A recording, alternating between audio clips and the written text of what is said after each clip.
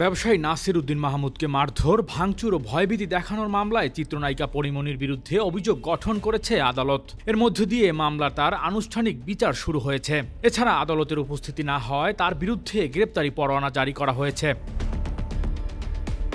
রোববার ঢাকার chief judicial magistrate আদালতে তার সময় আবেদন নামঞ্জুর করে এ ব্যাপারে পরোয়ানা জারি করে। উল্লেখ্য, 25 জানুয়ারি টাঙ্গাইলে কালিহাতীতে একটি প্রসাধন সামগ্রী শোরুম উদ্বোধনে অংশ নেওয়ার কথা ছিল চিত্রনায়িকা পরীমনির। তবে তিনি আসবেন এই খবর ছড়িয়ে পড়ার পর তাকে ঠেকানোর প্রস্তুতি নেয় স্থানীয় একটি মহল। স্থানীয়দের প্রবল প্রতিরোধ ও হুমকির মুখে স্থগিত করা হয়েছে অনুষ্ঠানটি। বিষয়টি নিয়ে মুখ খুলেছেন এ নায়িকা।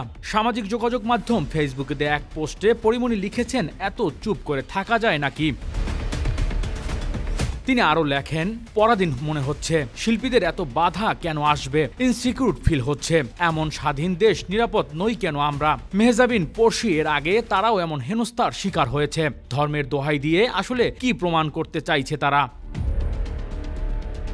এদিকে গ্রেপ্তারি পরোয়ানা জারির পর থেকেই সামাজিক যোগাযোগ মাধ্যমে বেশ আলোচনার ঝড় উঠেছে। কেউ কেউ সামাজিক যোগাযোগ মাধ্যমে মন্তব্য করেন, বাক স্বাধীনতা আজ কোথায়।